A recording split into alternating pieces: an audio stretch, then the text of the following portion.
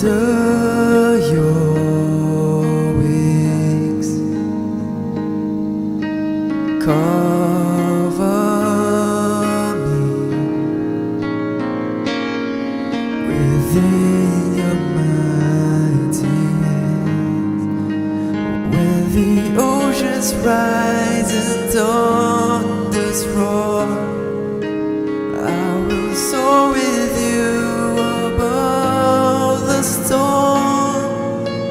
Father, you are king over the flood, and I will be still and know you are God.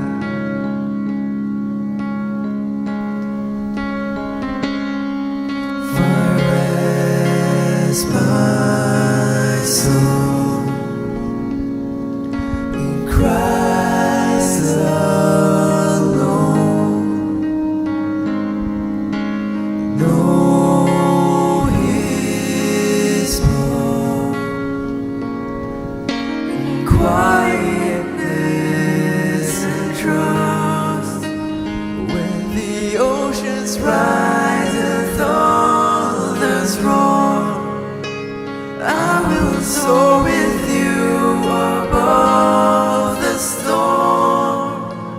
Father, you are king over the flood, and I will be still and know you are God. I will be still and know you are God. I will be still and know you are God.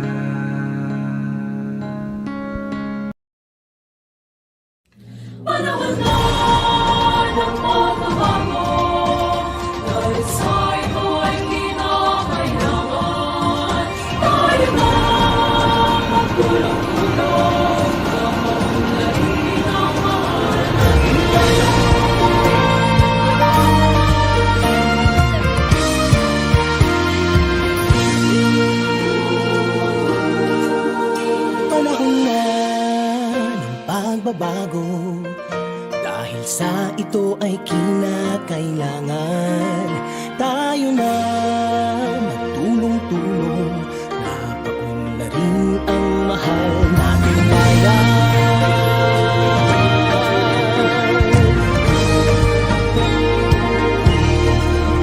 Panahon na ng pagbabago, at ayos ang mga dapat ayusin.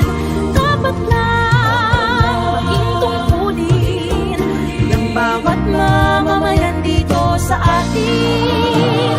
Gawin ng pagbabago patungo sa pag-asenso, magsikap ng mabuti at nang guminhawa tayo.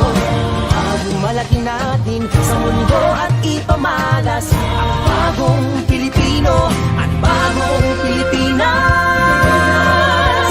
panahon na ng pagbabago, ng Pilipino ang sarili natin, at nawalan ng ugali, dahil sa kasabi ng Panahon na ng pagbabago, at muna sa kahit anong larangan.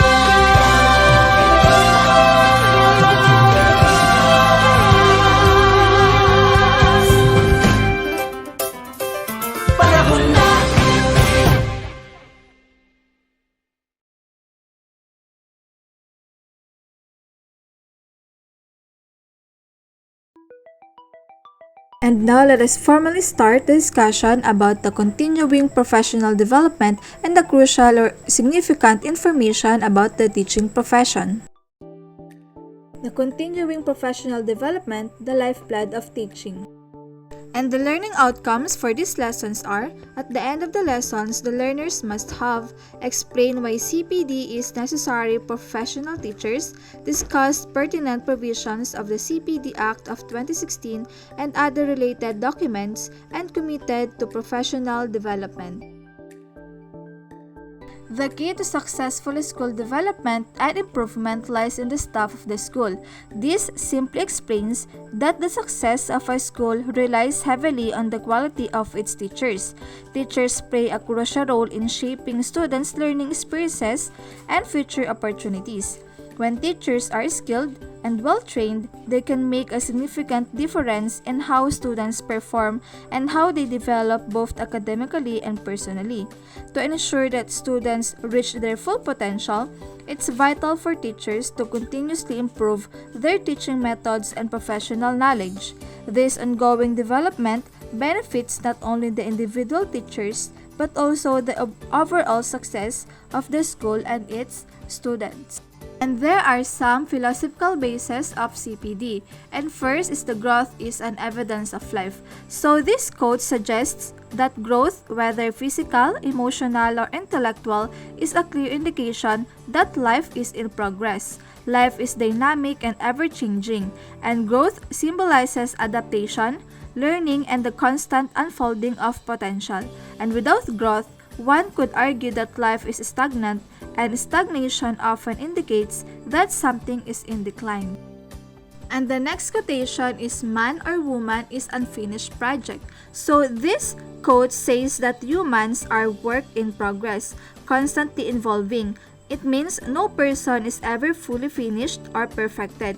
We are all in a state of becoming, always learning, changing, and developing over time. And the last quotation is, neither perfecta nor perfecto who is perfect by name is not perfect. So this quotation plays with the idea of perfection. It might refer to someone who is a given name implying perfection. Yet the evidence of the quote is that perfection by name does not equate to actual perfection.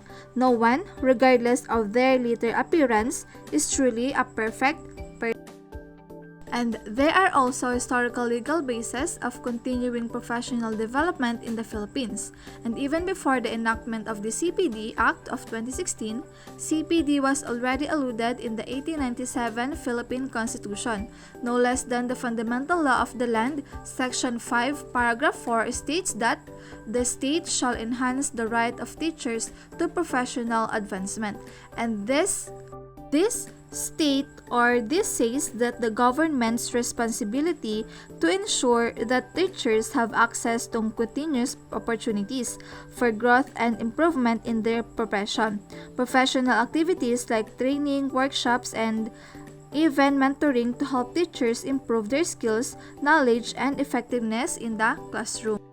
And next, our other laws also cited continuing professional development are as follows. And one of these is the Batas Pambansa 232 or the Education Act of 1982. Chapter 3, Duties and Obligations, Section 16 states as one of teachers' obligations to assume the responsibility to maintain and sustain his professional growth advancement. So the statement says or refers to a teacher's obligation to take responsibility for their ongoing professional development.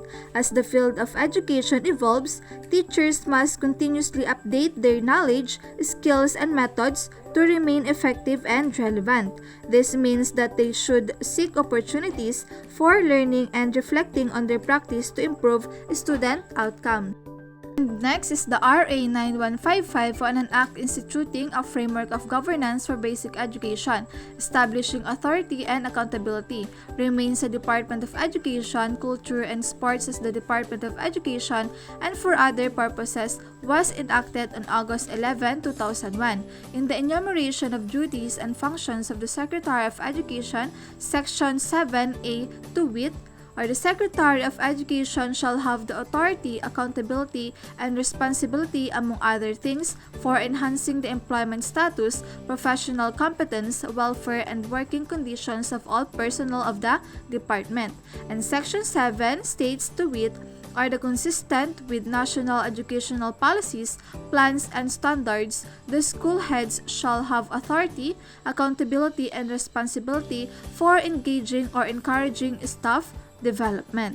And the Section 7 highlights the importance of schools having the power and responsibility to foster staff development in alignment with national education, policies, plans, and standards. The school is entrusted with the responsibility to empower its staff through professional development, while being accountable for ensuring this development aligns with national educational goals and standards.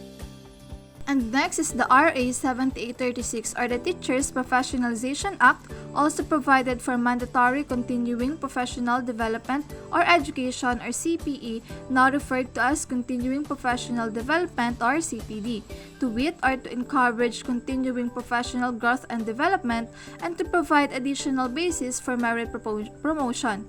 In addition to their performance rating, teachers may take an oral and written examination at least in 5 years as basis for merit promotion. In taking this examination, no fee shall be required, according to Section 9 Periodic Merit of Examination for Teachers, and unfortunately, due to lack of funding, the merit examination has not been implemented up to writing time. And according to the RA 7836, this provision refers to the obligation of professional teachers in the teaching field to engage in continuing education through seminars, workshops, and other prescribed programs, and failure to attend these mandated educational activities, whether intentioned or due to neglect, can result in serious consequences, and the board and commission have the authority to revoke the teacher's certification, suspend their right to practice, or even cancel their permits. And next is the Board of Professional Teachers, or the PBT. It is also passed Resolution number 435, Section 177, to adopt the Code of Ethics for Professional Teachers pursuant to the provisions of Paragraph E, Article 11 of Republic Act 7836, otherwise known as the Philippine Teachers Professionalization Act of 1994. And this Code of Ethics states that every teacher shall participate in the Continuing Professional Education, or CPE program of the Professional Regulation Commission, and shall pursue such other studies as will improve his efficiency, enhance the prestige of his profession, and strengthen his competence, virtues, and productivity in order to be nationally and internationally competitive.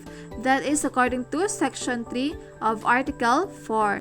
This statement emphasizes the importance of CPE education for teachers and other professionals because it encourages teachers to engage in lifelong learning and to maintain high standards of professionalism, also improving their teaching skills and contributing to the overall development of the education sector. And this ensures that stay relevant, effective, and competitive in an increasingly globalized world.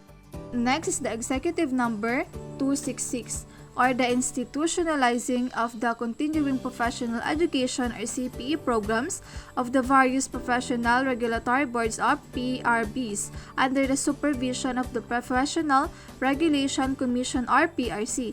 This was signed and issued by the office of then President Fidel V. Ramos on July 25, 1995 to wit. This states the completion by professional licenses of the continuing professional education, or CPE programs adopted by all boards is hereby imposed as a mandatory requirement for the renewal of professional licenses. That was according to Section 1. This executive order was premised on the following.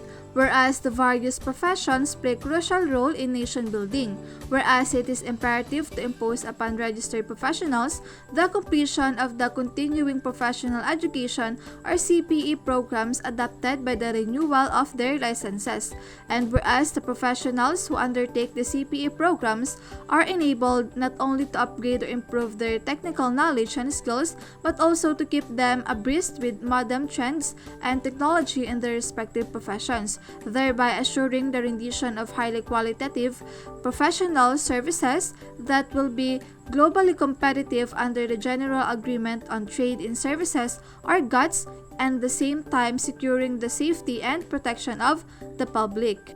And next is the RA 10912, or the Continuing Professional Development Act of 2016. With the enactment of this law, CPD for all the 43 professions regulated by the PRC, including the teaching profession, has become mandatory, and this also includes the salient provisions of RA 10912, or the Continuing Professional Development Act of 2016. The salient provisions of RA 10912, or the Continuing Professional Development Act of 2016, and there are a lot of questions have been raised about RA 10912, or otherwise known as the Continuing Professional Development Act of 2016, because many teachers resist CPD because they claim it is that to be extra expense, extra effort, and extra time, when in fact it is every professional's obligation. Next are the purposes of CPD for professionals. So first is the Article 1, or the Declaration of Policy. So it explains that the government's policy focuses on enhancing and upgrading the skills of Filipino professionals to meet international standards. By doing so, the country aims to ensure that its professionals remain highly competent and competitive, not only within the ASEAN region but also on a global scale. This continuous improvement of professional skills will help workers, exceed in their expected or respective fields, which in turn contributes to the overall progress of the nation. Next is the Article 3, Section 10 of the same CPD Act states that the CPD is a mandatory requirement in the renewal of the Professional Identification Card, or PICs, of all registered and licensed professionals. So this mandates that all registered and licensed professionals must complete CPD requirements in order to renew their Professional Identification Cards, or PICs. This ensures that professionals continuously improve their knowledge and skills to maintain high standards in their respective fields. For the year 2017, teachers were required to complete 15 CPD units from January to December 2018. The required number of units increased to 30. Starting January 2019, the CPD requirement further increased to 45 units for the renewed of their PIC. These guidelines ensure that teachers, like all professionals, stay updated and competent in their profession, ultimately contributing to the betterment of education and their role in the society. And next are the ways by which professional teachers can earn credit unit. National Track explains that the CPD training approved by the PRC allows you to earn the credit units. As a participant, you earn units, but you earn more if you act as a resource speaker, trainer, or demonstration teacher. You also gain credits if you serve as panelist, reactor, facilitator, or moderator. Additionally, you can even more earn if you're assigned by the CPD Council to monitor and approve CPD program. Next is the academic track. This refers to the completion of a master's degree, completion of candidacy to the doctorate program, completion of the doctorate program, completion of postdoctoral diploma, and being a recipient of a professional chair grant or fellowship grant. Also, that the only completion of the master's degree is given full credit units of 45. Earning MA units is not given any credit unit, but completion of candidacy for the doctorate degree already entitles one to 45 credit units. The master's and doctorate degrees must have been issued 5 years before renewal for or of professional license.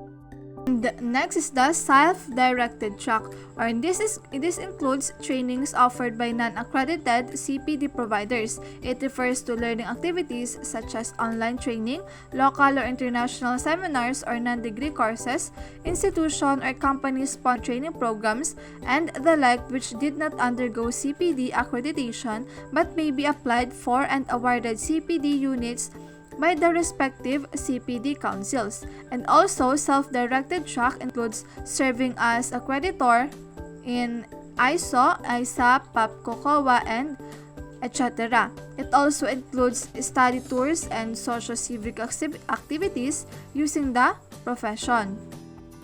Lastly is the productive scholarship. So this means that the professional teacher has developed program or training module, curriculum guide, or any other resource material, or the professional teacher has written an article in a professional magazine or a technical or research paper, and even if the technical paper is published in a refereed or peer-reviewed professional journal. And also, best if the professional teacher writes a book or a monograph or comes up with an invention or creative work. The latter entitles him or her to 45 credit units.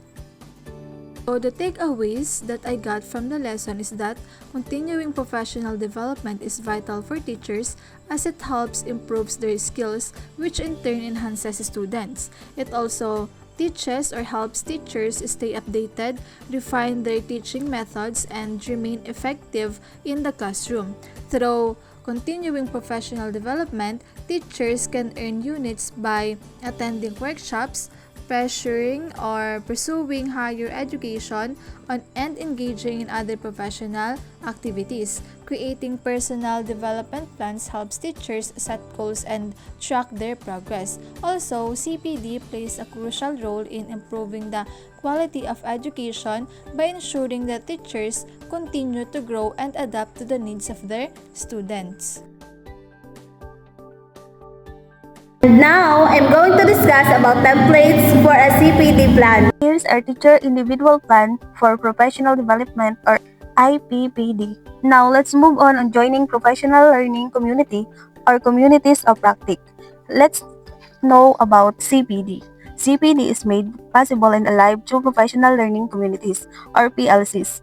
These PLCs are powerful collaborations in which teachers work together or analyze and improve those classroom practice in a systematic process. In short, CPD is a powerful collaboration with teacher and work together.